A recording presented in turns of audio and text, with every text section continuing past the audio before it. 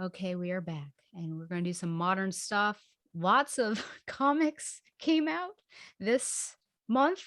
I guess that's true of every month, but lots of Batman comics came out. So, Barbara does not appear in Batman Fear State Omega. We don't have to cover it. Barbara doesn't appear in Batman 2021 Annual. Don't have to even talk about it. Okay. Now she does appear in the Nightwing 20. I don't even know why I'm saying that. The Nightwing Annual #1, which did come out in 2021. And the title is called Blood Brothers. Writer Tom Taylor, pencils Cian Tormey, and Daniel HDR. What a last name. Inkers Cian Tormey, and Raul Fernandez, and Daniel HDR, and colorists Rain Barreto and John Caleese. Dick Grayson and Jason Todd, the first Robins, both long ago stepped out of the shadow of the bat and began walking very different paths on their respective journeys to become who they are today. But now their paths converge and these two brothers unite for one goal. With a scream a stick and a crowbar combined. Oh dear. Nightwing and Red Hood are ready for anything except what they have to face next. Don't miss out on this explosive adventure. So Babs and Dick and Haley watch some body cam footage from a cop that shows Jason Todd, in quotation marks, murdering several agents and a confidential informant. Oh my goodness. Dick talks about being fired in the past at one point. Now, I do, you know how I like when Batman fires people.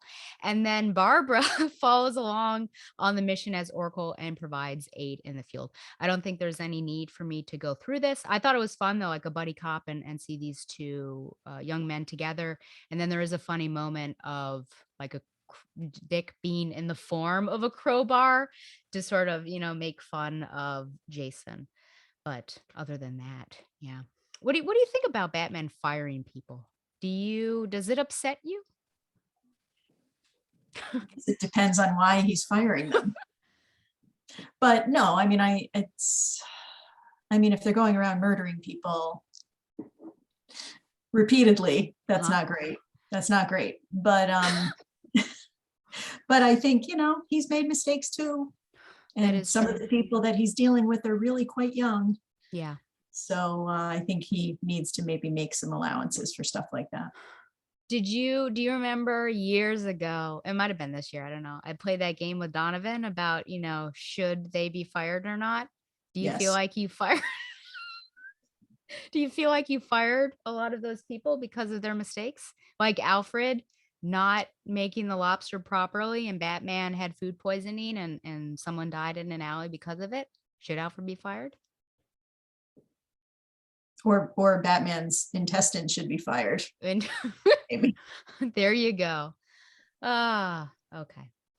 The Joker Annual #1. All right.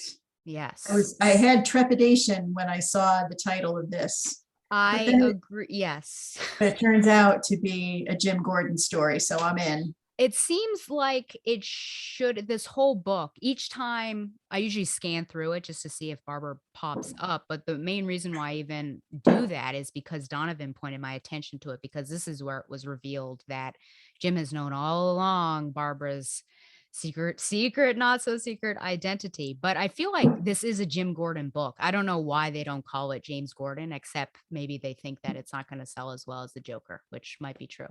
So it's all about the monies. But yes, this annual, I think I, again, just scanned through it and all of a sudden we're having some Jim and Barbara moments. So I thought we should at least talk about those. So this is the annual and the subtitle is El Mal Duerme Bien. Writer Matthew Rosenberg and James Tynion IV. Artist Francesco Francavilla.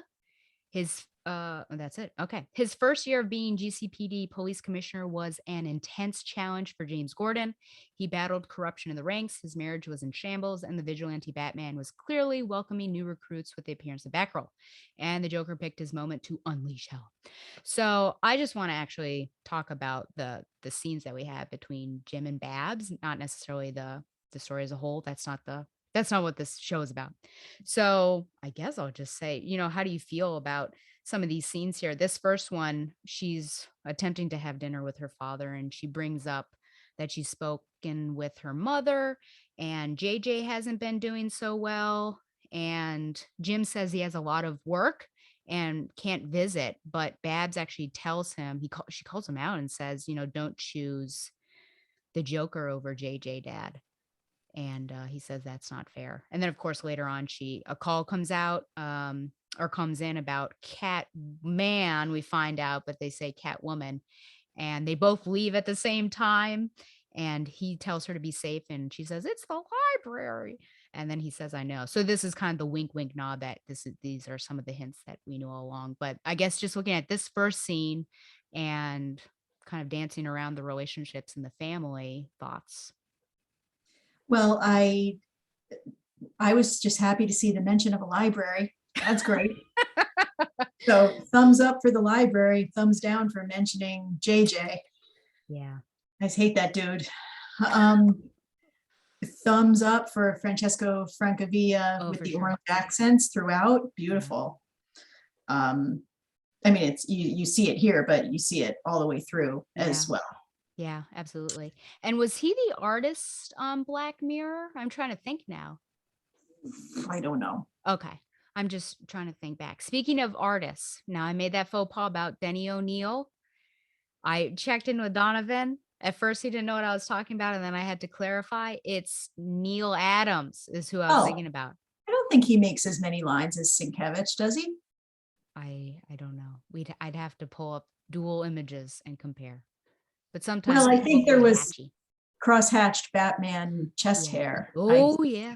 When he's fighting Ra's al Ghul, I think that's Neil Adams. Yeah, all the ladies go wild. Yeah.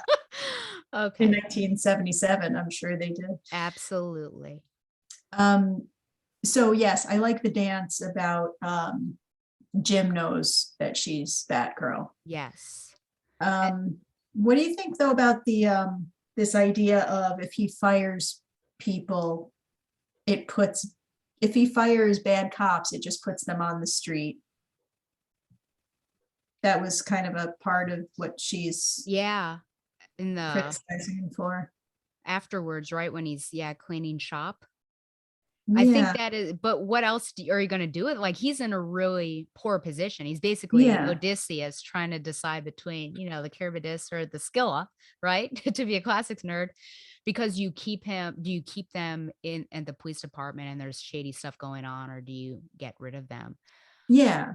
So I did like their banter here. But that part I felt like she was kind of being, maybe that wasn't so fair, but she's supposed to be young. So I get that. Yeah. Do you agree? Let's see here, that she sort of is saying that maybe Jim has appropriated Batman's mission and that's where that's coming from? Or is this just in the heat of the moment that she's ascribing that to him? Wait, I thought it was Jim saying that. It's Barbara saying that? Yes, even though that curves. Well, I only say it because it continues on the bottom one that she says, this is him talking, isn't it? The Batman. He's some moral absolutist taking matters. So that's why I feel like it is her calling him out and saying, you're just trying to be like Batman. Okay. You can't solve crime all by yourself, which is interesting, though, if only because I feel like, oh my gosh, is Barbara a hypocrite? Because she's working with Batman. It'd be a completely different thing if she were separated from Batman because she feels like he's too extreme. But there, pages before this, she was actually fighting Catman alongside of Batman. So I'm not sure where this is coming from. And it does seem somewhat hypocritical that she's calling her father out when she's doing the same thing, or at least by extension, I guess, condoning it if she's working with Batman. Yeah. I think I liked the art more than I liked the the story. Okay. I mean, because we've seen this. It's kind of like that the last one we talked about. We've kind of seen this before, right? Yeah. He's cleaning up the Gotham PD. We've seen that not infrequently. Yes. Yeah. So I think the probably the most positive moments are certainly trying to figure out, does he know? And knowing that he does, but and also his concern when she's I don't like calling her. Yeah. Show some respect for the woman who just did your job for you. And that he's Yeah. a nervous father at one point. Is that, and wait, see that panel on the right there with Catman?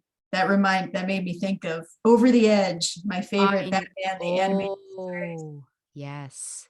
And that's what, that's when everyone loses it, that we know. If Barbara Gordon Yep. dies, it's not gonna be good. Yeah. No, it is not.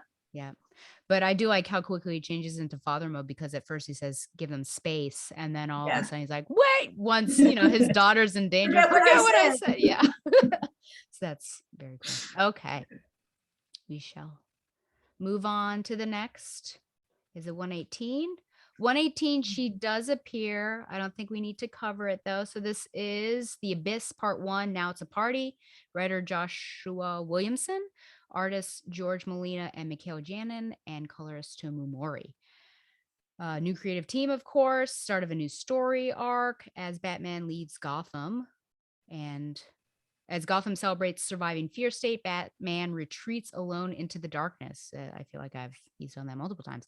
But when he learns of a mystery involving Batman Inc., it forces the Caped Crusader to leave Gotham for a brand new adventure. Thrills, chills, and international intrigue await. The Gotham Knight begins a new story with superstar. Yeah, Okay. Babs is here. She's casual Oracle. And I couldn't tell if she was at Dick's place or the new place that she bought for the Batgirls, but it seems like she's at Dick's place, I think. And actually jokes around with Batman about Batman having some fun bringing back the superstition of the Batman.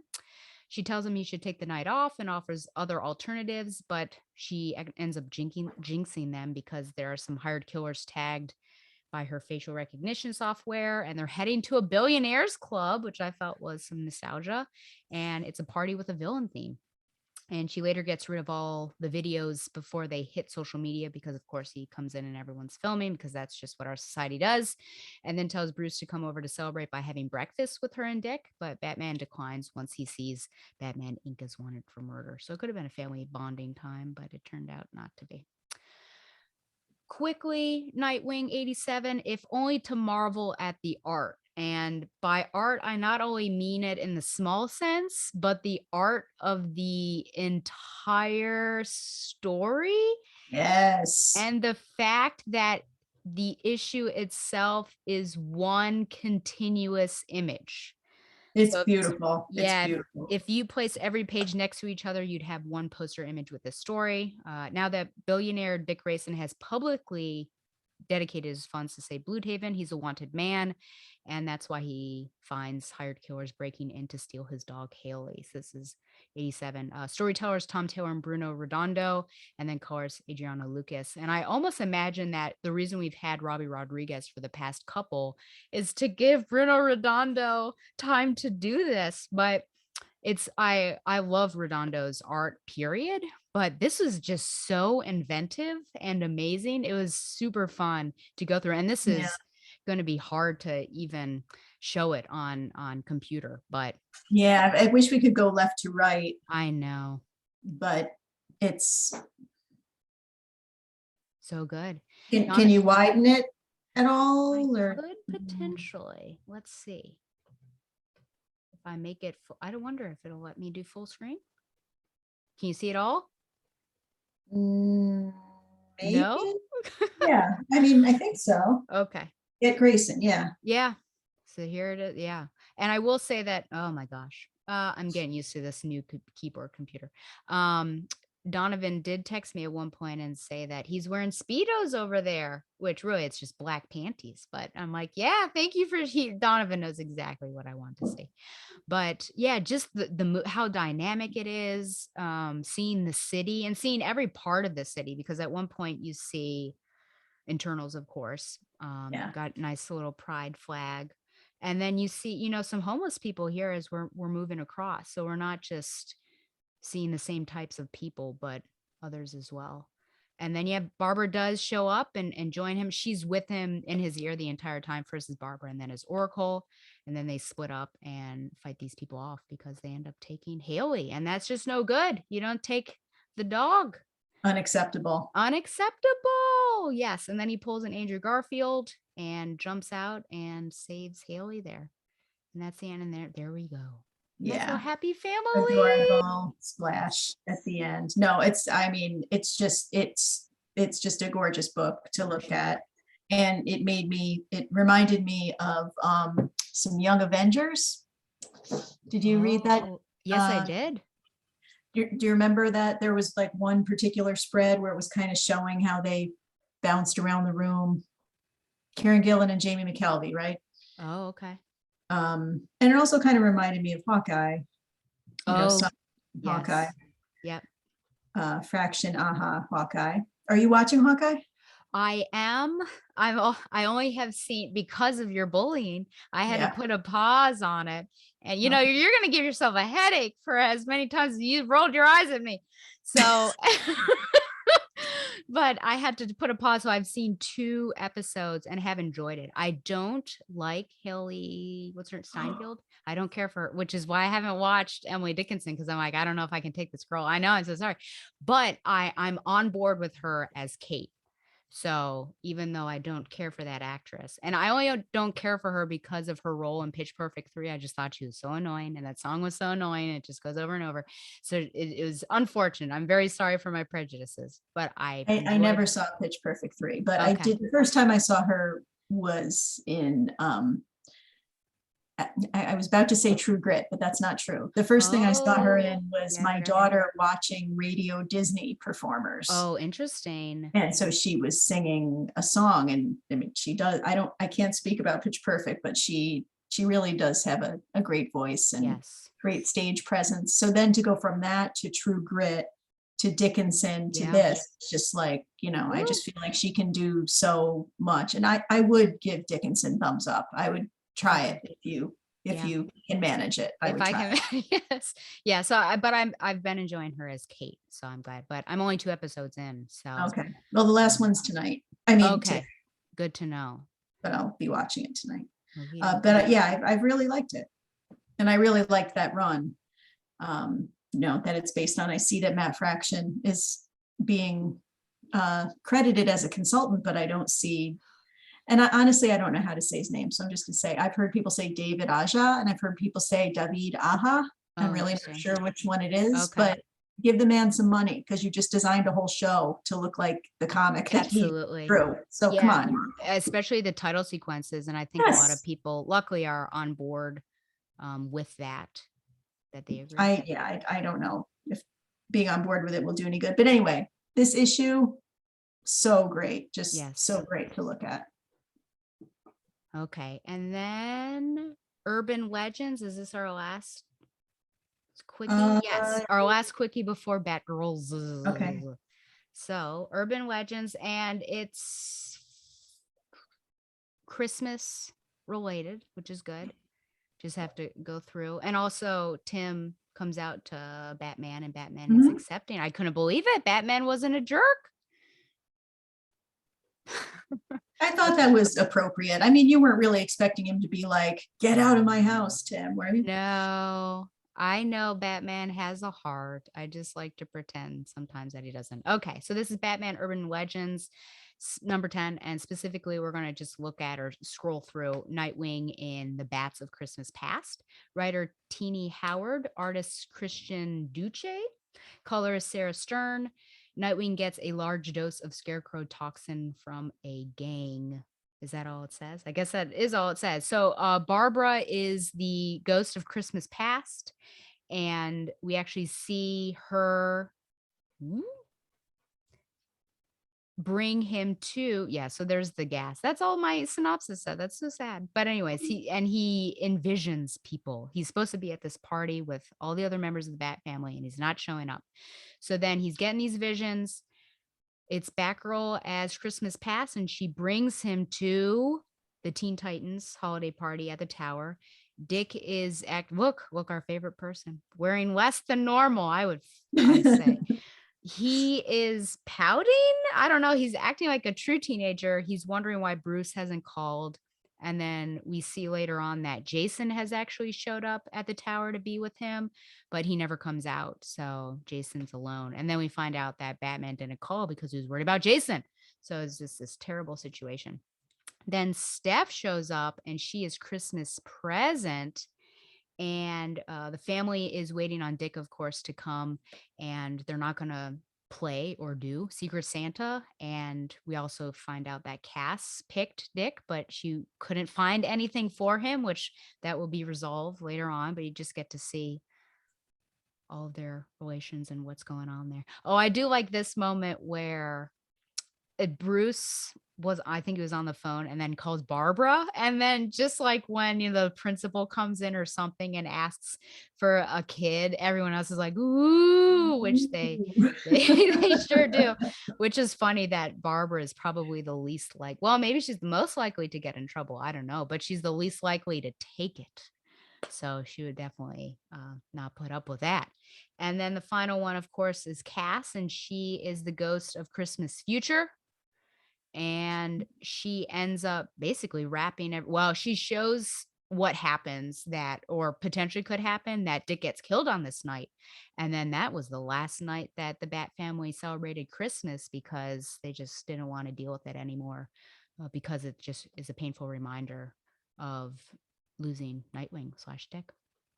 But she ends up wrapping up the perps and says, Merry Christmas, Nightwing, love, Secret Santa. And we find out that was real. And so she finally was able to come up with a good gift that was worthwhile. And Dick ends up showing up at the Christmas party, which is a bit odd because he is in his garb and everyone else is not. So it seems like he's probably ruined everyone's secret identity, but we'll allow it. But I mean, we're not reviewing it, but I just thought this was a really fun story and really heartwarming. And it's just great to see the Bat family together in positive circumstances. So any thoughts on this? Yeah, no, totally. I mean, I generally like any Bat family bonding stories, and this is just a great one. And just the premise of the three ghosts and a Christmas Carol, they figured out a way to make it work here. Cute Christmas past pics in the beginning, and I really like that one. And just the one, there's like a little one where he's got a candy cane hanging out of his mouth, and what Cass's gift is. It's all good. Yeah, It's all good. it is. Okay, so now it is here. It is the main event where we look at Batgirls. Do you think that'll ever get old? Nah. Batgirls. Let's see it load. Okay, so I decided to be the bully and and ask Carolyn to recap for us. So that is what she is going to do. I will. First, I'll read DC's summary, and then I'll kind of fill it out a little bit. But this is Batgirls #1. Batgirls #1. One Way or Another, part 1 of 6. Writers Becky Cloonan and Michael Conrad. Art by George or possibly Jorge Corona. Letters Becca Carey. So the way DC summarizes it is: Batgirls, Cassandra Cain and Stephanie Brown, are only able to navigate the dark, gritty, and oftentimes scary city of Gotham by leaning on the bright light that is their best friendship. Mentored by Oracle, the Batgirls move to the other side of town, where Barbara Gordon can keep a better eye on them while the hacker Seer is still invading their lives. Steph may be too rash sometimes, and Cass doesn't speak much, but what they lack in similarities, they make up for with their mutual respect and love for each other, and what makes them stronger together as Batgirls. And they may be good at kicking ass, but they are just trying their best to be normal teenagers who will borrow the keys to a muscle car that belonged to a bad guy and perhaps give it a joyride around town without a driver's license, then race to get back home to Oracle by curfew! ! Okay, so it opens with Seer and talking about how things can maybe change when you observe them. Then it goes to our 3 Batgirls. They're moving into a neighborhood called The Hill because the clock tower's been blown up. Steph and Cass blamed for it. This happened elsewhere, right? Was it the last couple? This is Fear State stuff. Yeah, I mean, I kind of know. I know. And yep. But I mean, I know the general outline of that, but that's really it. So anyway, their personalities are kind of on display on the first page of them in words and art and colors. Babs wants to know what they want for breakfast, and Stephanie doesn't say waffles, which I found surprising. She says, what, am I wrong? She says she wants cereal, and then she remembers correctly that Cass likes eggs. They need to keep a low profile technologically and personally to try to avoid Seer, but Cass has difficulty hiding her strength, although she tries to hide herself by putting a bag over her head that says reading is fundamental. Cass is also wearing an adorable robe that I was kind of expecting her to say was Steph's. Babs has a world's greatest dad mug that I'm pretty Yes. sure we've seen before. Yeah. Babs got them what I would consider adorable little Vespas for them to scoot around on. Yes. But, It says sad trombone. but sad trombone, Uh-oh. according to the girls, because they're not terribly stealthy or black as night or fast or whatever. But Cass maybe has the keys to this very cool car. Which they use to go put beacons in locations that Babs has told them to in order to set up kind of a new network for them to use, new tech. So then they're looking at this giant graffiti art by someone named Tudor. That was T-U-T-O-R, not T-U-D-O-R. And they see these bad guys maybe mugging people, so they kind of get in the middle of it to help. But the people being mugged keep asking them to teach them and guide them in this kind of zombie-like way. So the girls get home and then they see something suspicious from the window that Babs dismisses, which I found surprising. So then of course they sneak out to check it out, and Babs falls asleep in front of multiple monitors with good old fashioned Oracle icons on them as the girls try to let her know that they're in trouble. The saints have risen and the magistrate will never die. And they are being confronted by Tarsus, Assisi, Valentine, and Fido 5. The end. So what did you think? Oh boy. I am excited. I'm excited. I think there are some things that I'm hesitant about, Mhm. which we can certainly suss out. But just the fact that we have it, I think, I'm going to give all the grace in the world to it and just see Yeah. like how is it going to unfold. So I'm certainly excited. So just to begin, I guess at the beginning with art, what do you think about this Okay. art style, which is pretty, I don't know. I call it when I find it similar to Robbie Rodriguez's style, just that I call Mhm. it kind of rock and roll or like punky, but very Yeah, colorful and lively. yeah, and not super sharp, but I understand what you're saying about Robbie Rodriguez. I just feel like even that upper right-hand corner panel that the three of them are in, or these three big faces of them that Yep. go from right to left, I think they're spot on. Like Barbara is sort of looking semi-serious and hopeful, and Cass is kind of Steph is kind of wide-eyed, and Cass is kind of like, what? That just seems appropriate to their personalities. And I think the colors are great too. I like that, you get that contrast with their hair color and eye color in the foreground, and then in the back you have these kind of teals and blues and greens as accents. So yeah, I liked it all. Do you want to do your overall thoughts, since you asked me? It was rude of me to just move Oh on no, without no, asking you to no, reciprocate the question. I felt the same way you did. I'm hopeful. I've been wanting this comic for years, and Yeah. here it is. And when I look at these very first pages, and I feel like, yeah, this looks good. This is the kind of art that seems like it would be appropriate to this kind of story, where there's some lightness to it because you've got these teenage characters and you're trying to draw some contrast to the other books set in Gotham. It just all seems appropriate so far. That doesn't mean I loved everything, Yeah. but by page 2, I was kind of like wiping the sweat off my brow, like, okay, this is going to be good. All right.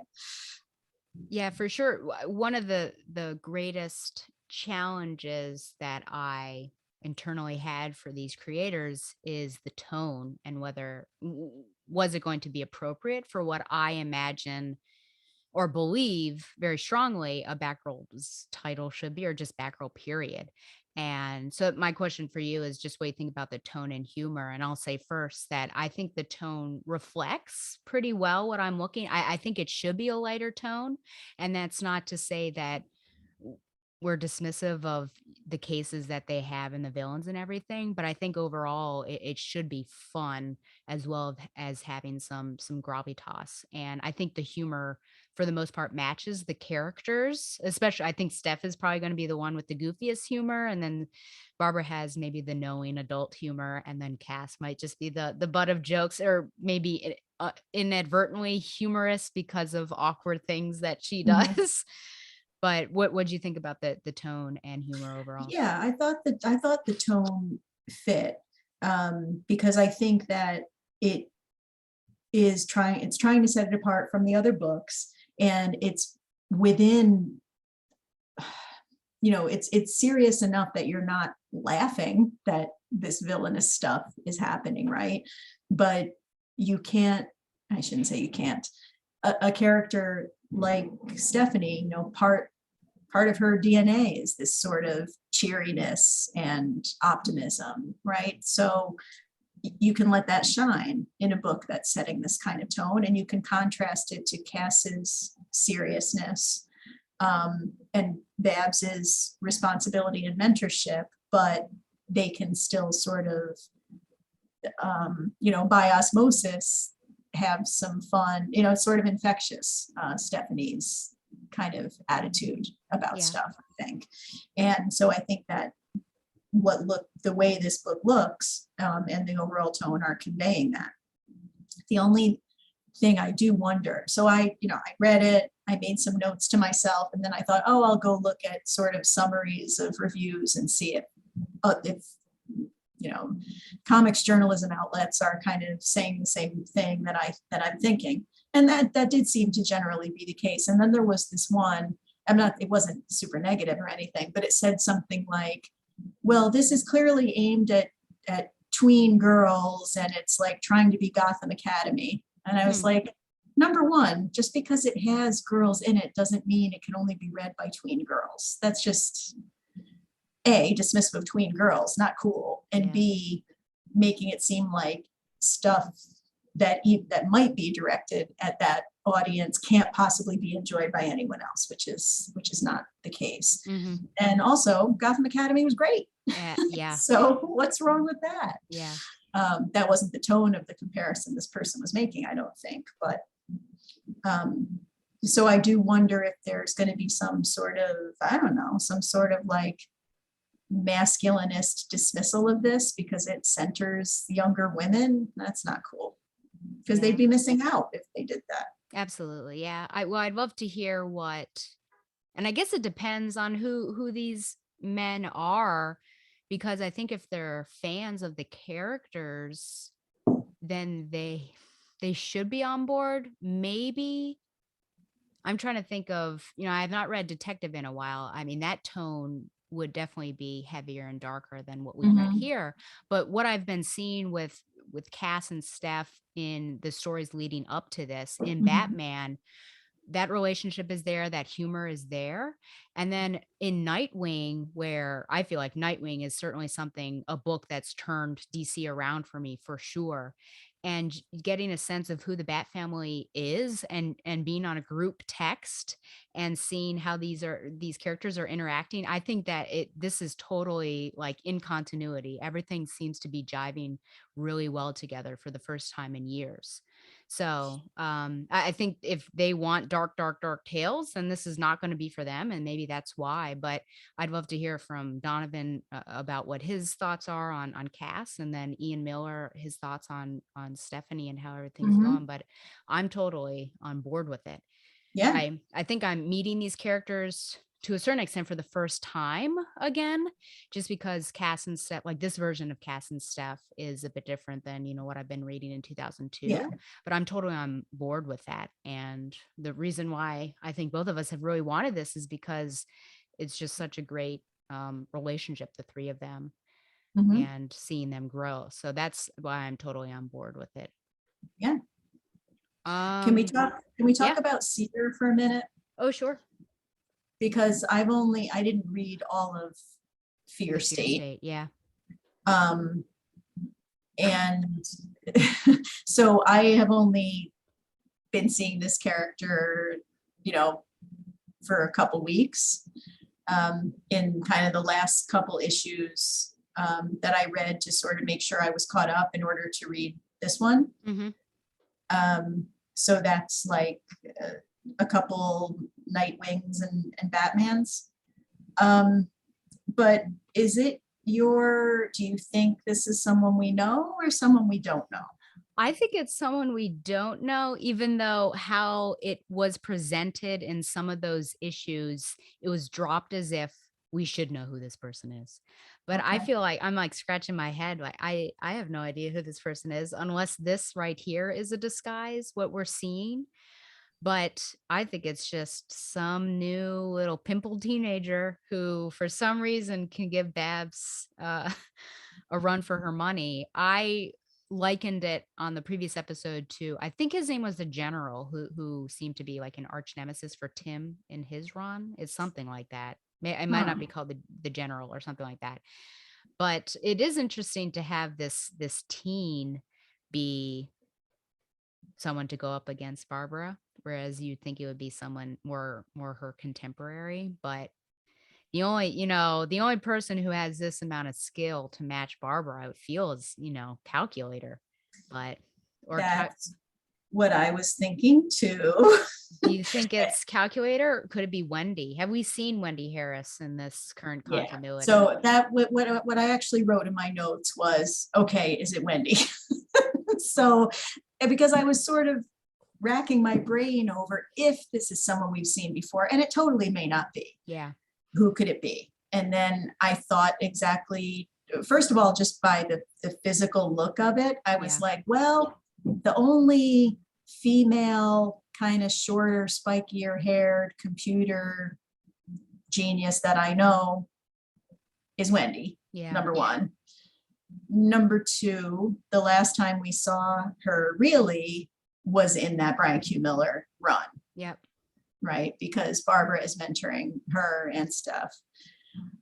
And then number three, I thought, okay, it doesn't necessarily have to be Wendy, because it would be fun to make Wendy a Batgirl someday. Yeah. And that could still happen even if this is Wendy, but yeah, maybe it's some Calculator related thing. And then number four is just, maybe it's just a totally made up new person. Yeah. So I don't know. I have some follow-up questions, I guess. So even though they've used the female pronoun, I feel like this character is pretty androgynous. Like they're intentionally making the character gender unknown for me. Could be. So I don't know if, something else could happen. So I'm very open to it not being, or this character not being female. Okay. But potential, I mean, they've used the she frequently, so who knows? Well, that could be a misdirect in the Yeah. way that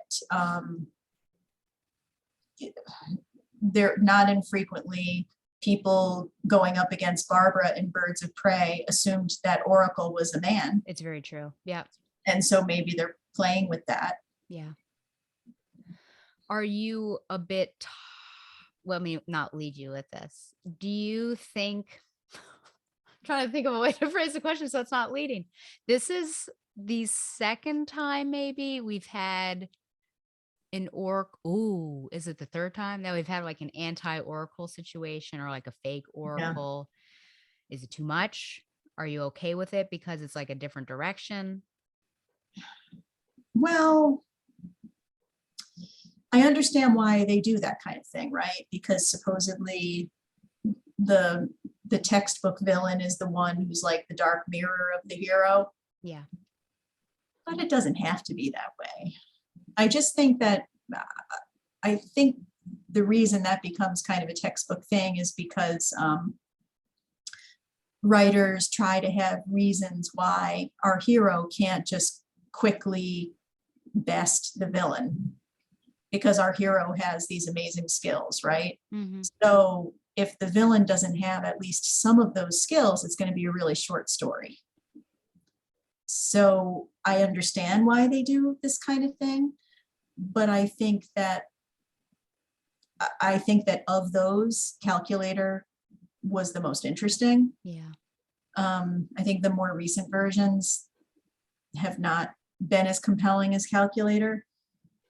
So I don't mind the basic idea of trying to set up someone who can at least somewhat match Oracle. Mm-hmm. Because to me, that feels like it's going to be a more Oracle centered story than Barbara as Batgirl centered story. And I would like to see that, especially with her being the woman in the chair who's running the Batgirls. Sure. And maybe there will be more Batgirls coming. I think you read the interview with the creators that way, right? Yes. Like surprises, and this is definitely the beginning, I think, of the Batgirl Inc., if we want to go that way. Yeah. And seems like, some fan favorites and shocks may come by. And I remember even Gail Simone, when she was asked to write the New 52 Batgirl, and she understandably did not want to, because she felt Oracle was such an important character, but then was basically told, look, we're going to do it with or without you. So she thought maybe she could help guide it a bit, but then she had all kinds of strictures about what she could do, what she couldn't do, who she could include and not include. But she did say that, internally to the story world, it became more difficult to come up with things that Barbara couldn't beat as Oracle, because she just seemed to always have the right information and the memory and the intelligence to just outwit anybody at any time. And so that was part of the justification for wanting her to be Batgirl again. Not Gail Simone's justification, but that's kind of how it was presented to her. And I think, and some fans apparently felt that way too. I don't know who or how many, but so I think that's why you wind up with the technology-oriented person. I see. I mean, do you feel like it's just too overdone? I guess we're meeting Barbara where she is, so her strength and what could possibly take her down. But because this is the third time in, yes, it's been several years, but it just seems living memory. I never fully understood anti-Oracle. I'm still scratching my head over that, to be honest. The body, and I don't know where it's coming from. And I don't think we have to spend that much time talking about that. It's okay. And then Gus, was that his name in Batgirl and the Birds of Prey? I can't remember who was bipolar. That was he was Oracle too, fake Oracle. So it's been done, which, when you said, I think Calculator was the most interesting, I was thinking to myself, it's probably because it was the first one and it was successful, and now everyone's tried to redo it, invent the wheel, and it's just not working as much. Yeah, I think that's fair. And I think that I feel like, I can just look this up right now, but I feel like there were sometimes portrayals of Calculator where he was wearing green glasses like that. Do you think that's true? Am I remembering? No, I think you might be right. Yeah. So potentially you might be on the right track. I didn't really like the name Seer, to be honest. I felt like I get it. Close to Oracle. Yeah. But you can't call her Cassandra, right? Can't you come up with something else? Yeah. Okay. I will say, I don't know if you noticed this, but when they saw the neighbor, there were two little squares over there. And I wondered if that was like, is there something suspicious about the neighbor? Because they use that whenever Seer is talking, the blue and the yellow. I go back up to see how the blue and the yellow are all over it. So I wondered if there was something indicating something about this neighbor person. Oh, I totally missed that. I don't know. But it's not in. That's weird. A weird placement for it, though, isn't it? Yes, I would agree. Okay. I don't know. Unless it's like the tech, maybe it's by the tech line. So it's already showing Seer is within that. I don't know. Because it kind of looks like there's a cable. Yeah. Not sure. Okay. We'll keep in touch. But there's like a funny panel right next to it, how, Steph is really excited. Yeah. And then I guess I would. Never mind. Yeah. Okay, so if you Google calculator images, Yes. yes, there are a couple where he's wearing glasses that are green and shiny, Okay. but it's not all of them, but it Yeah. is a few of them. Okay. So that's Yeah. maybe telling us something or maybe not. Yeah. And it certainly reflects her avatar, which is that green Yes. mask too. Mhm. So, okay. Here's a big question for you. So as I was reading this, I felt like Barbara didn't play much of a role. And in my mind, I thought, is Barbara just going to be a den mother here? You know, where like, yeah, it's fun. She's the mentor and everything, but is it just actually Steph and Cass teaming up, and then occasionally Barbara will lend her expertise or her mentorship? Is that just me like maybe wanting more Barbara and not seeing as much? Or did you get a sense that maybe she didn't play as much of a role in this issue either? Well, I found the Barbara falls asleep thing kind of curious. Like, no, I mean, they look out the window and see a thing and she dismisses it. That surprised me. Oh, I And agree. then, Yeah. and then that she falls asleep when they need her, also surprising. So I'm hopeful that this is just that she'll, the next issue will be, she's got to put effort in just like they do, right? She's got to, Yeah. because if she's perfectly established with nowhere to grow, that Yeah. could get boring. I mean, in a way, I'm okay with that because I like the character so much, but Sure. generally you want them to have some forward momentum. So hers could be, okay, I won't dismiss it when you see something suspicious, and okay, I guess I have to drink more coffee to stay up with you too, haha. If you need me, I need to be there for you. Yeah. So, so I don't disagree with what you're saying. I'm not sure how sustainable that is, though. Her just being the den mother. I think she's got to be an active participant. I hope so. I mean, it doesn't need to be like this, but when I envisioned Batgirls, I always thought of it as a birds of prey situation with all the Batgirls, you know. So she does have a mentoring role, but she's an actual viable part of a mission. Mhm. So I maybe I put too much. My expectations were too high in that. So yeah, we'll see. But I was also confused. I mean, I do appreciate that she says, you know, she's got to do better too. But yeah, that she falls asleep. I mean, she should be used to weird hours working with Batman over Fear State, unless Fear State just knocked her out. Or maybe she has COVID and they're doing some real world stuff. I don't know. And then, yeah, the dead body. Thank you. I did wonder. I mean, shouldn't Babs at least think it's a good idea to see if it is a dead body? And she's just like, no, you crazy kids, just go to That's, bed. yeah, I didn't understand. That Oh, was surprising to me. yeah, But well, we'll see. We'll yeah. see. She is reading a manual on how to deal with teenagers. Do you have such a manual for your teenager?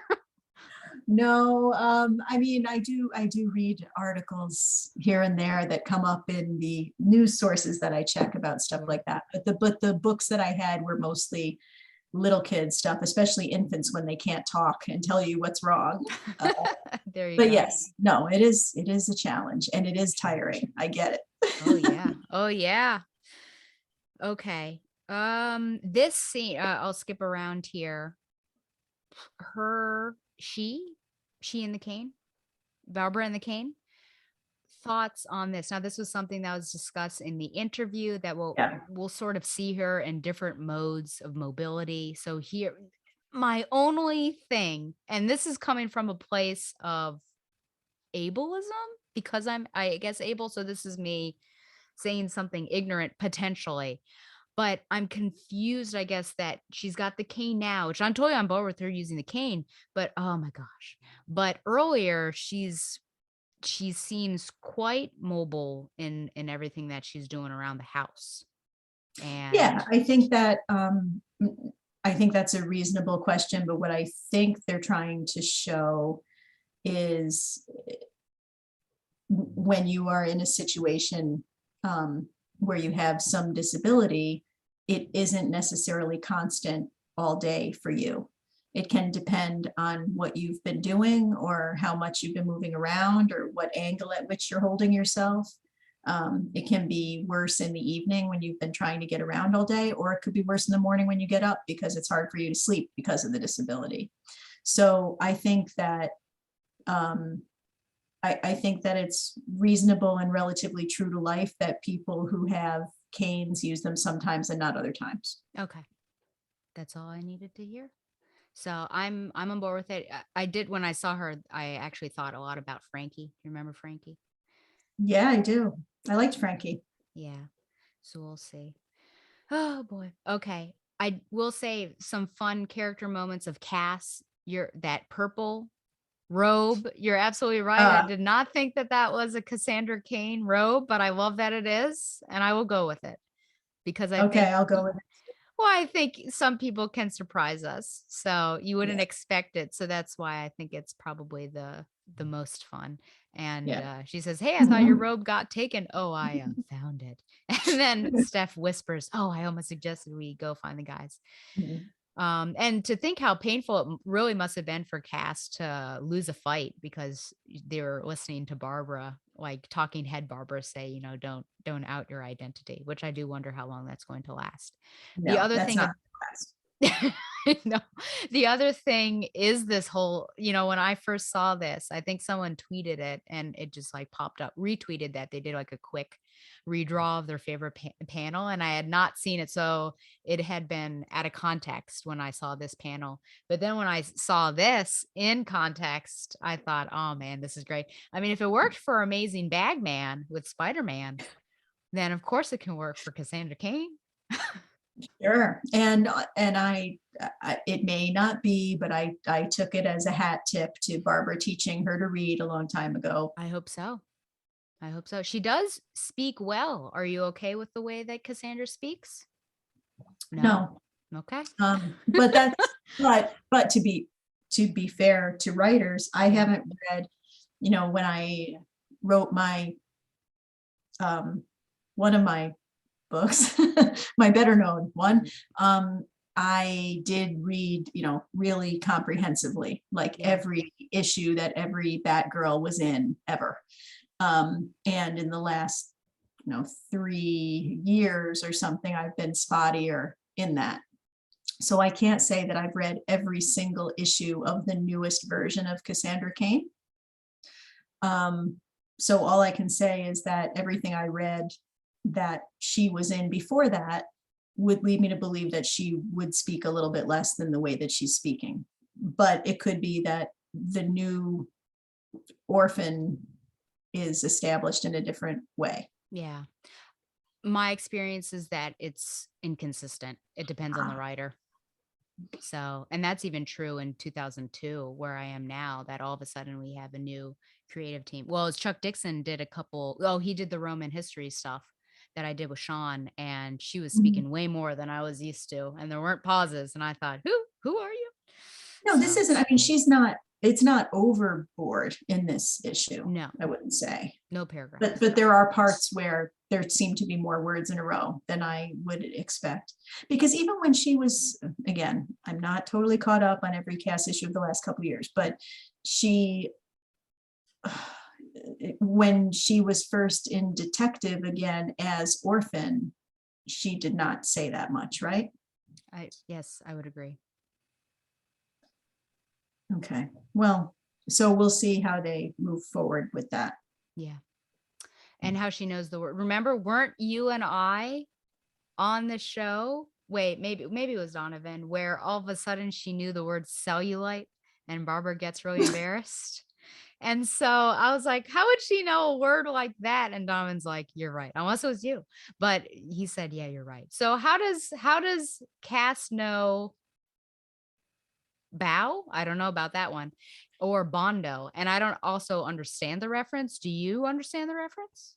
Is there a I thought reference? it, I thought it was a James Bond related idea. Oh, perhaps you're right. I just wonder because there's Bilbo Baggins, and then Boba Fett. Uh, yes, but I could be wrong about that. That was the only thing I thought of. Yeah, I was just about to ask why are they all bees, but then I looked at the grill and there's a big bee right there. So I guess that I missed that my first read through. Okay, size and number of mysteries that's going on right here. So we've got seer, we have zombie construction workers, and then of course at the very end we have the saints, which are actual real life saints and martyrs. I'm not going to talk about them on this episode, but maybe on the next one, and I'll give you some research and everything. There's not one called Fido, it's Fidelis, but just be aware that these are real people. And there's a lot going on here. Do you think it's too much? Do you think this is just the way, we got to whet, or the creators have to whet our appetites to keep us going, and that we have maybe different tiers of how long these, like seer will be over multiple arcs, and then maybe there are just piecemeal things? Yeah, I was taking it as different tiers, different levels of threat, but it could wind up that they're connected. That's okay too. Yep. Okay, well, not final question, but I guess my last question about this. How do you feel like this does as a number one? It's hard when you feel like you have a lot of history with characters to answer that question. Yes. But I think this can be equally fun for the person with either a lot of background on the characters or another person with only a little. It kind of seems like between the art and the style of speech, you see enough contrast between the three. You see the bond between Steph and Cass, even as their personalities are already being drawn to be quite different. You don't necessarily need to know why they're moving into this particular place, but you do know that they have to do it and they have to set up a new technology network. So you can just go from that point forward, really, I think. What do you think? Do you think it would be confusing? Only as an adult, I might be like, why is this adult bringing these two children in to live with her? And where are those children's parents? That would be my only, like, what's happening here?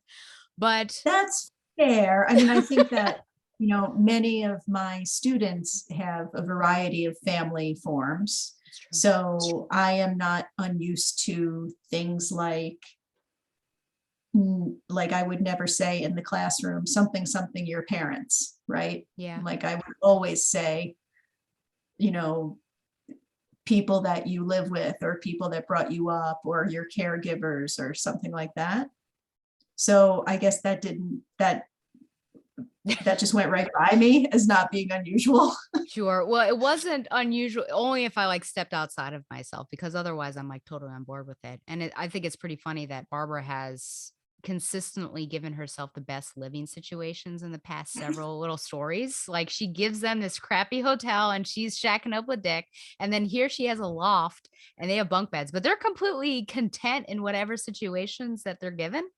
So, they love the bunk beds. There's a whole Yes. little page about, hey, we'll switch off on the bunk beds. I'll be top, and then next week you can be on the top as well. So Yeah, I liked the bunk bed thing because it seems like, I'm sure Cass has slept in all kinds of uncomfortable conditions, and Steph just thinks bunk beds are cool. So together it works out. Yeah. It would be good for both of them. Yeah. I think it does a good job of allowing people who have not read up to this point to, there's not like an info dump, but there is enough exposition to give a sense of why they're there, and maybe a bit more about Seer. And then, of course, for people who have experienced the fear state situation, that what's going on. And Yeah. I think creating these characters from scratch to a certain extent, like if you're hopping on and like trying to figure out these people, I think you can put your finger on what their characterizations are from this, with the exception of Barbara.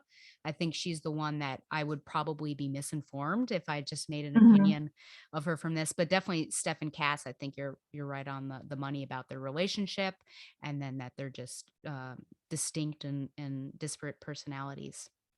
So overall, I would say a pretty successful number one. I'm again excited to see where this goes. Me too. I'm excited to see where it goes with these three, and I'm excited by the possibility of adding additional Batgirls in. I mean, that could include a variety of people. You could. Obviously, Bet or Betty would be the most obvious. I'm a bit confused about that. Someone else mentioned that. I guess it was in the interview because wasn't she Firebird? Yeah, but I think, Once a Batgirl, but always a didn't they? Batgirl. Yes, yes, in short. Yeah. But you could fold in someone like a Harper, I think. Oh, Harper Row. Yeah, why not? Why not? You Why could not indeed? you could bring back Charlie, the Mhm, misfit, mhm. um, who I remember that you don't like for some reason. That's correct. For some reason, Okay. I don't like her, but Yeah, I think you in might feel differently seeing her from the beginning. yes, so I will keep an open mind. Yeah. I think it's the look of her. I don't like it. So it's superficial. Her costume, I'm not on board. Well, I think it's homemade. Yeah. I feel like she's an unhoused person, right? So she didn't have a whole lot to work with Yeah. initially. Yeah. So I will reserve my final judgments for her. Here's a controversial question. Do Uh-oh. you think do you think there's a romantic potential between Steph and Cass? Because there have been some images, specifically covers and things, and certain I don't know how close they've been in the lead up to this, that some people are like wondering whether there's a ship happening here. Um, I think you could do it either way, and you could support it either way, because you could say, they're friends, they're super close, that's cool. You could say it's more like, sort of Victorian times, what they would call romantic friendship, where it was like perfectly normal for girls to always, who were supposedly just friends, to write very flowery letters to each other, and sleep in the same bed and hold hands walking around and say how much they loved each other and stuff. Or they could decide to be just kind of flat out girlfriends or whatever. So I think that the way that they get along presents all those possibilities. If it's written well, then it would be fine, whatever they decide to do. I think, I will reserve judgment. I mean, do you think they're going to try to put Steph in? I don't know. Do you think there's going to be some kind of Steph Tim thing? Well, I don't even know if she knows, which is kind of awkward. Like, does everyone know but Steph that he has moved on, and he's moved on with a guy? I don't know. Yeah. And I don't really know the depth of what we're supposed to think their relationship was at this point. It's been rewritten a couple of times. Oh, yeah. Well, I mean, the last I read it, I thought that it was pretty powerful and deep. Okay. In which case, I would say, wouldn't you tell your significant other that you may still have some feelings for, if it was that deep, that, hey, I've moved on, and also, I've reevaluated myself. So, yeah, I don't know. I think I'd be okay with there being no romance in this book. I guess that would be my preference, only because that's just the way they've always been presented to me. Yeah.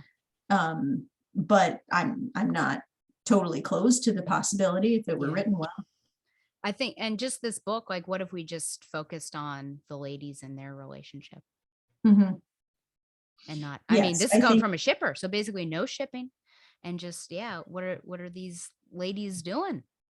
Yeah, but for sure, I think part of why we might feel burned by an emphasis on romance in the past is the way they constantly felt like they had to introduce someone for Barbara, and frankly, none of them worked.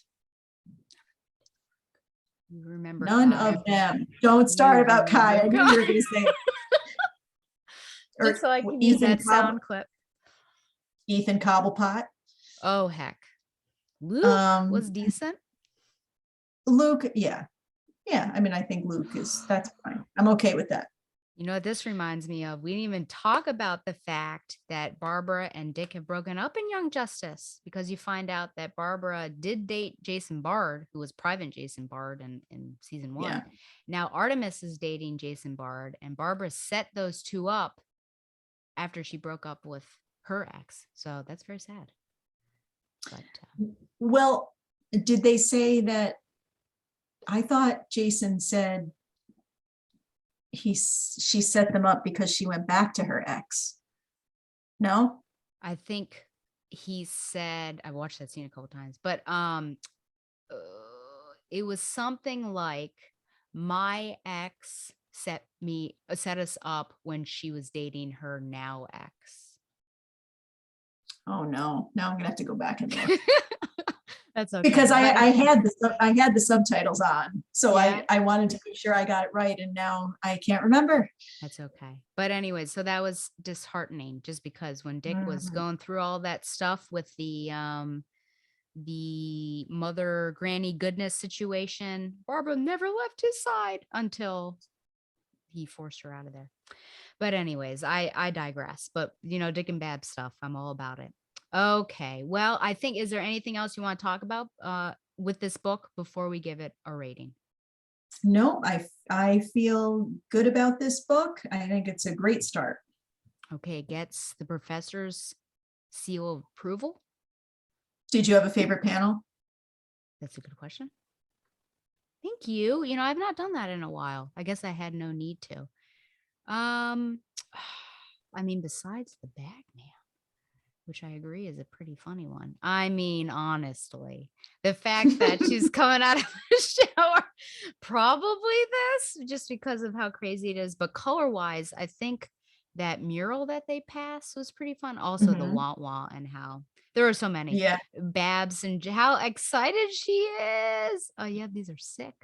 But I really do like that mural. That top one with the car that you just went by. Yep. That Stephanie's kind of hanging out of it, and Yeah. Cass is driving with her skinny little head. I don't really know why Cass is driving. Should she be driving? Certainly not. No, I wouldn't think so either. But and I like the one where their legs. Oh, right here. No, it's a full page. Ooh. Did I go past it? It's like their leg. Yeah. Yeah. Very cool. This page here. Yeah. Let's rumble. Okay, well, what would you give this out of 10 cup nudes? Well, I can't give it rating out of waffles, apparently, because there aren't any waffles. So sorry. It ain't right. No. It isn't. Right into your local congressman. Yeah, I mean, I'm going to give it 9 out of 10 cup 9 nudes. out of 10 cup nudes. I think I will agree with you. Yeah, I think that it's an A minus. A wonderful start. What'd you say? An A minus? Yeah, a 90 A minus, right? No one's going to complain about that. Okay. Our final segment is literature recommendations. Have you been reading anything? Besides term papers? Oh my God. I've really honestly had some difficulty with my level of focus. So I think this last calendar year, I have read less than I normally would. I think the best thing I read this year, I think it was this year, was The Committed. Did you read that? I haven't. It's the sequel. I'm sorry, I didn't write this down. I knew this was coming. This happened. It's the sequel to The Sympathizer, which won the Pulitzer Prize for fiction by Viet Thanh Nguyen. So yeah, The Sympathizer won the Pulitzer. The Committed is the sequel to it.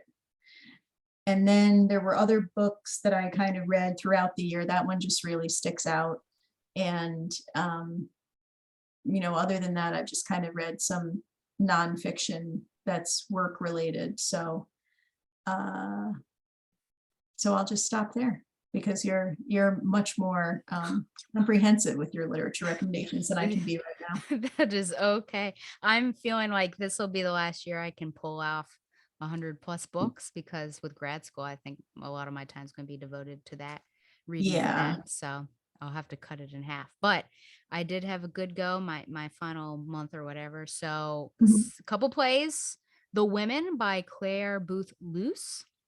Mhm. And this, I also watched the modern adaptation, which stars Meg Ryan and other people, and the 36 maybe adaptation. But it's basically about this upper class social circle in New York. And it really focuses mainly on this woman finding out that her husband is cheating on her, and then how her friend circle either helps or harms her, and just all the relationships and between all these women. And the whole play is only women, and there are so many, and even just like minor characters that kind of flit in and out of there. But it's very interesting, and kind of goes to, there's some people that are supportive of each other, and some that are like excited that this one woman who had it all is like now visiting her downfall. So it's Mhm. sometimes hard to read. A Soldier's Play by Charles Fuller, which takes place during World War II, I think in Louisiana, and a black officer is killed, and then there's a black sergeant um, is killed, and then there's an investigation about, was it someone within the army? Was it someone like the racist town folk around there? Very interesting. Samuel L. Jackson and Denzel Washington were in the original cast. Twelfth Night by William Shakespeare. First time I'm reading it, even though I love She's the Man. But you can listen to Tom and I talk about the play on required reading in January, and then it crosses over with his pop culture affidavit, where we actually talk about She's the Man. The Memory of Okay. Things by Gay Polisner. And this is a young adult novel, and it takes place on September 11th and then a couple days afterwards. And this young man is like a 15-year-old. He's crossing, I think, the Brooklyn Bridge. He's evacuating, and he comes across this girl who looks like she's about to jump off the bridge, and she has wings on. And it turns out she has memory loss. And so he brings her home, and he doesn't know where his father is, and then his mother and sister are stranded in LA. So it's all about, and he has to care for an uncle that has a pretty debilitating injury. So it's all about making it through these days, and then bonding with this girl and figuring out what her mystery is. So I would recommend that over Extremely Loud, Incredibly Pretentious. I don't like that one.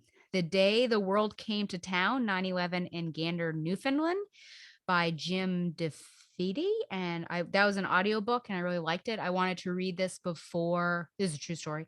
I wanted to read it before I watched Come From Away, which was on Apple TV. And it's I was going to say, basically when you said gander, I thought Gander. there's only Yes. one way this is going. This conversation is Yeah. going. So based off of that, and also Real Conversations Come From Away, the musical is. And this is about basically on 9/11, air traffic control shut all incoming airplanes down. And so, like, I'm trying to think of how many landed in Gander, but it was over 6,000 passengers got off in this small town. And it's just about, it's really uplifting. I think I would really recommend it, especially now when we're looking around the world and wondering, well, I'll say this, looking around the United States and wondering why people are not supporting other people and doing what they should be doing and protecting other people. Because this gives you faith in humanity, because these people were opening their homes to strangers, bringing them back, giving them things. And all of the Americans are like, really, well, there are other people too, but they're like nervous, like what's going on here? Why? And it's just like they were doing it out of the kindness of their hearts. So it gave me hope in humanity that it's possible. It's possible. Continuing my Amazing Spider-Man run by Nick Spencer, I also read The Nest by Cynthia Diapri Sweeney, and it's about this dysfunctional family who is, again, I don't know why I'm reading these white upper class novels, but it's this family, and they each have, the siblings are supposed to get an inheritance soon, and one of the siblings is he's got some issues, and he ends up using a lot of it, and they're just trying to get that money. But in the end, they end up all coming together. So despite of what this guy has done, they all bond together. So it was okay. I read a couple Stump Towns by oh, this is it. The last two volumes. So The Case of the King of Clubs, and then The Case of a Cup of Joe, written by Greg Rucka, and then art by Justin Greenwood, which I recommend both of those.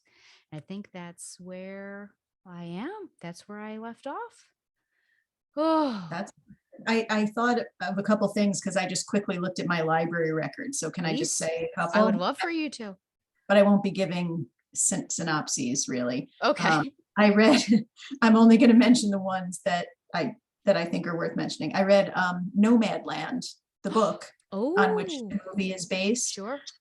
And both are excellent. So I would recommend both. The book has, I would say, more in it about the different lifestyles of people who are living this kind of nomad lifestyle. And a lot of it really has to do, some of it is because people just want to kind of be free and be in the outdoors and stuff. And some of it is because people are just more economically marginal. It's the only way they can get by. But it's a nonfiction book that reads like a novel. So I would definitely recommend that. Interior Chinatown by Charles Yu, Y-U, sorry. And it's kind of, it's what it really is sort of attacking all kinds of Hollywood and societal stereotypes about Asians and Asian Americans. But it's told through the idea, through like someone who lives in Chinatown and is presumably an actor in a couple of shows, who always gets kind of cast in the same sorts of roles, Sure. and can only aspire to certain types of roles. So it reads like a play, but it's also really kind of a commentary on other stuff. Doodleville, the graphic novel, it was an Eisner nominee, and it is adorable. It's basically a group of kids who have like an art club, and one of them, the stuff that she draws starts to come alive, and then they all have to kind of work together to deal with it. But it's one of those just kind of super heartwarming kinds of things. I'm also now looking through long lists of things that I took out and didn't read or read only a little of and couldn't. Harlem Shuffle by Coulson Whitehead. That would be the newest from the guy who wrote the Underground Railroad. This one is different. It's kind of like a crime noir set in Harlem. So it's not like the Underground Railroad. The most recent thing I read was The Lyrics, Paul McCartney, which is about this big.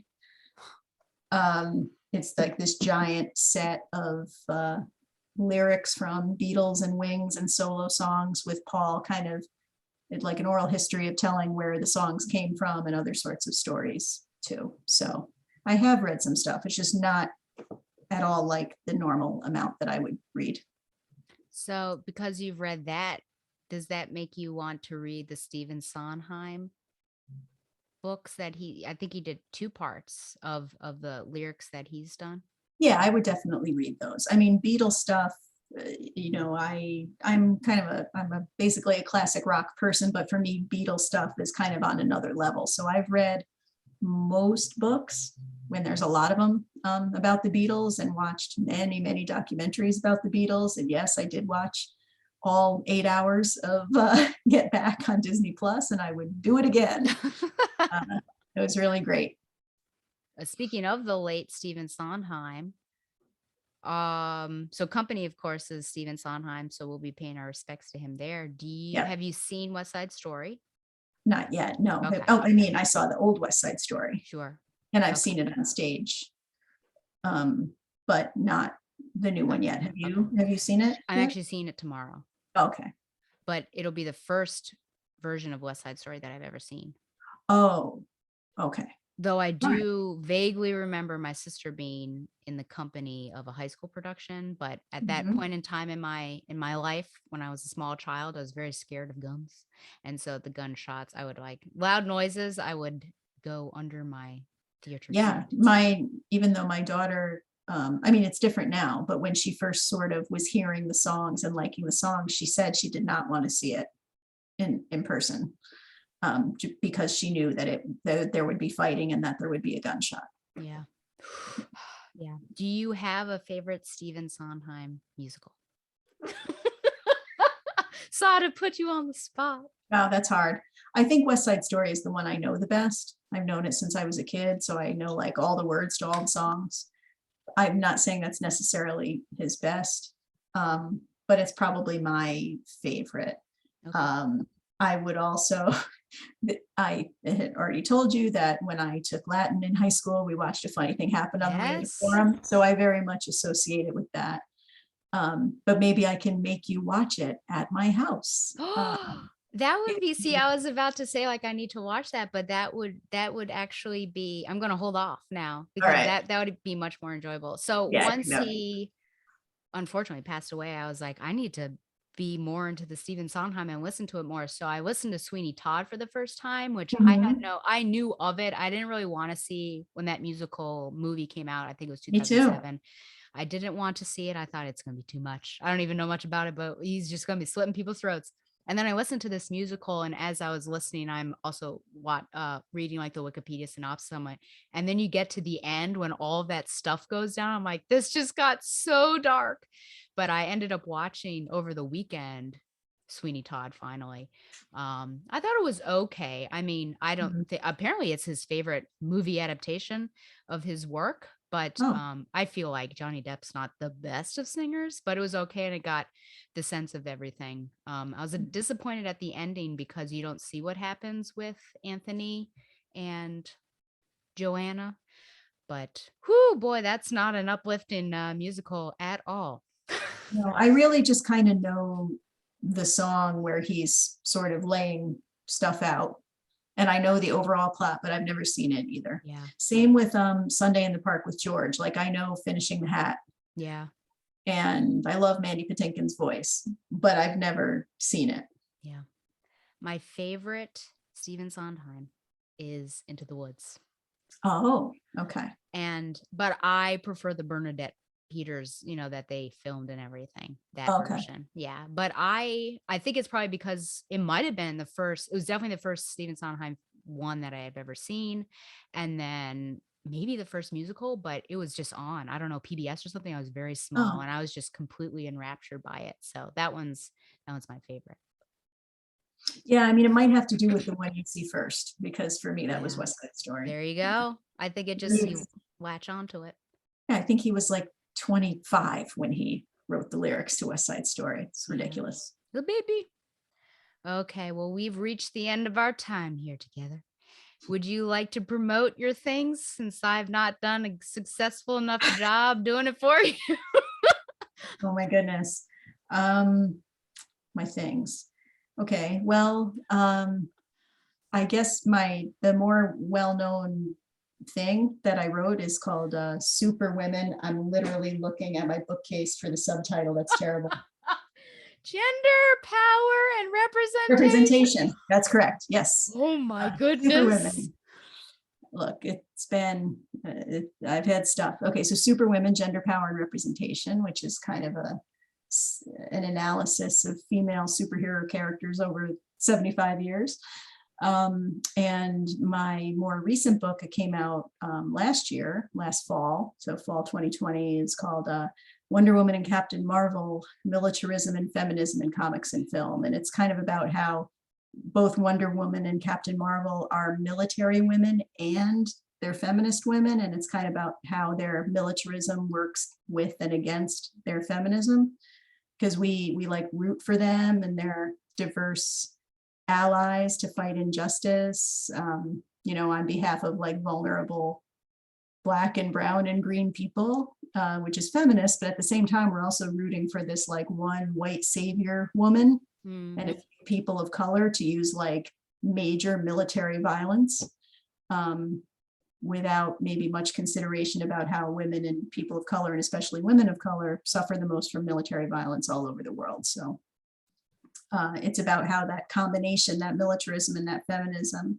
can appeal to like really progressive fans and also really conservative fans at the same time. So that's what that's about. Okay.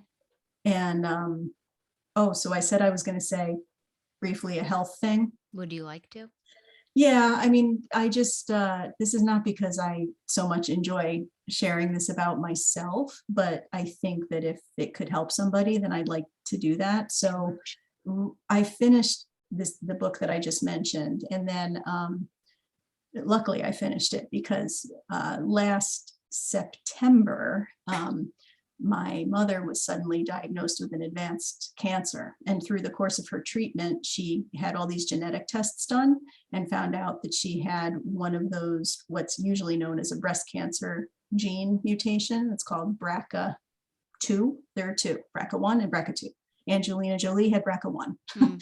So it's genetic. So I got tested too, and I also have it, BRCA2. And so what that means is you have an extremely high chance of having breast cancer and ovarian cancer. And you also have a heightened chance of colon, pancreatic, prostate cancer, and melanoma. So for those last ones, basically you're just supposed to have more frequent screenings than most people would. For the breast and ovarian cancer risk, because it's basically like, 87% of people who have this gene will get breast cancer, right? So the first thing you're supposed to do is have your ovaries removed when you're old enough to know that you don't need them for anything else. So fine. So I did that. And then for the breast cancer stuff, you can either have much more frequent screenings, which reduces your risk somewhat, but what reduces your risk the most is to have double mastectomy. So I did that. So that's why Stella gave me this cool mug when I was recovering from one of these surgeries, and it's put a smile on my face every day that I've used it for all these months. So anyway, with this, it's been very difficult. I'm not gonna lie about that. It's been very physically demanding. It's been mentally exhausting in a number of ways. There have been follow-up surgeries as well, and the recovery time, especially for the bigger one, was a couple months where you can't do very much for yourself. So it's a lot, but the reason that I want to share this with people is because I knew my family history quite well, but what I didn't know was that I shouldn't have just been looking at who had breast cancer in my family. There was breast cancer, there was colon cancer, so there was prostate cancer. I didn't know that all three of those things could be linked by the same genetic mutation. So I guess what I want to get across is if you don't know your family history, please get to know it.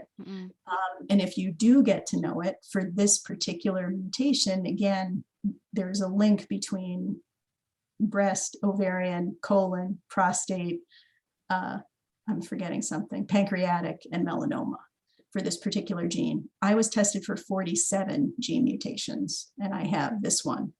So I just want people to be aware of how it works. And if anybody out there has questions about how you get tested, what kind of advice you get from genetic counselors after that, what happens with different doctors, I'm happy to share what I've learned. So that's it. Sorry if you think that's oversharing, but I'm just trying to help. I reject your apology. I don't think we need it. I'm I appreciative. roll my eyes at you again. Yeah. You deal with that migraine later. But no, I'm thank you so much for opening up and talking about that and coming on the show. I know that it's been delayed a bit because of everything, because I certainly want to talk to you about your militarism and feminism. But yeah, we're just waiting for you to get well, and I was just, whenever you were ready, I was ready to have you. So this is great. I'm just happy that she's made it to this point. So but I definitely I'm very, very tired. And I've had restricted movement and been restricted in what I could do for many, many months, and those things are very wearing, and it's like appointments. So yeah, it's just been a lot, and coming on the heels of trying to take care of my mother, and then she passed away. It's just been really overwhelming. And it's, affected a lot of stuff. But the point is, I have this information and I could act on it to reduce my risk. And you don't have to do exactly what I did if you need to reduce your risk. There's other stuff you can do. And again, I'm happy to talk to people about it if they have questions. Absolutely. Yeah. You can email me, of course, and I can forward it to Carolyn. Or do you want to give your email out? Yeah, so I usually use my school email. So it's my last name and first initial, Cocca, C, @oldwestbury.edu. That's the best way to get hold of me, because as Stella will no doubt tell you, I never use my Twitter account. It's true. I was shocked to discover that Carolyn Cocca liked a tweet that I sent today. I occasionally lurk, but I never tweet. I know. It always shocks me when I see you on there. But yeah, thank you again for sharing that and offering up any advice. So hopefully, yeah, and thank you for allowing me to talk about it and for having me on your anniversary show. Happy anniversary. Thank you so much. Congratulations on grad school. Thank you. Yeah, I no better person I think could I think of doing Batgirls #1 on the anniversary. So thank you so much for coming on. And then sometime I'll be interviewing you, I guess, really about your most recent book. So I can't wait to do that. That would be great. Thanks. Remember, you can send any questions or comments to batgirltheoracle@gmail.com. Find the show anywhere that you find podcasts, like the show on Facebook, or follow it on Twitter @BatgirlTheOracle. And of course, subscribe to the show on YouTube for an uncut version and the ability to look at panels along with my guest, look at it. Follow the Batman Universe on Facebook and Twitter as well. Support the Batman Universe by subscribing to Patreon. And once again, thanks to Mile High Comics for sponsoring Batgirl the Oracle, the Barbara Gordon podcast. And until next time, fly on, Batgirls lovers. Batgirl.